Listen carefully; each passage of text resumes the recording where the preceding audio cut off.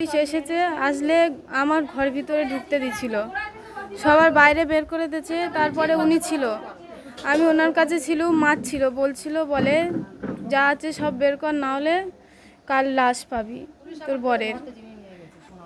পানি টিসে বুক ফেটে যাচ্ছে, তাও একটু পানি দিচ্ছি, খেতে দেয়নি, ফ্রিজের মুখ মাথা ঢুকে দিয়েছে।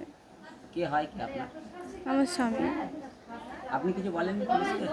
বলেছি, ছাড়েনি, বলছে আমাকে হাঁকি মারছে, বলছে বার করে দেবো। আমার স্বামী আমার পিছন থেকে ধরে আছে যে তুমি যেওনি, তুমি গেলে আমার মেরে ফেলবে।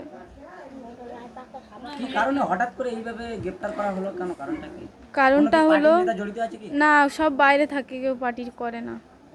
কোনো কি পার্টির নেতা সাহারা দিয়েছিল বলে কি এইভাবে গ্রেফতার করা এবার হলো? সেটা বলতে পারবো নি, থাকতে পারে, বলতে পারবো নি। খালুরা দাবি করছেন যে আইএসএফ করেছিল বা আইএসএফের সমর্থন ছিল বলে তাকে। হ্যাঁ, এবছর ওতে ভোট দিয়েছে, কারোর হয়ে লড়েনি। শুধু আইএসএফ ভোট দিয়েছে? সবাই বাইরে থাকে, এবছর এসছে, বাইরে এসছে, বাইরে থেকে এবছর এসছে, সবাই বাইরে থাকে। উনি ভোট দেয়নি, এমনি পরিবারের সবাই ছিল, বাড়িতে ছিল। সবাই এটাই দোষ দিচ্ছে যে ওই পার্টি করে। এবার উনি তো, মারধর করেছে? হ্যাঁ, সন্দেহ বলতে যারা চুরি করেছিল তারা মানে পুলিশের ঘুষ খেয়ে ওনার নাম বলানো হয়েছে, যে বলবে ও চুরি করেছে। এখন আপনারা কি চাইছেন কি?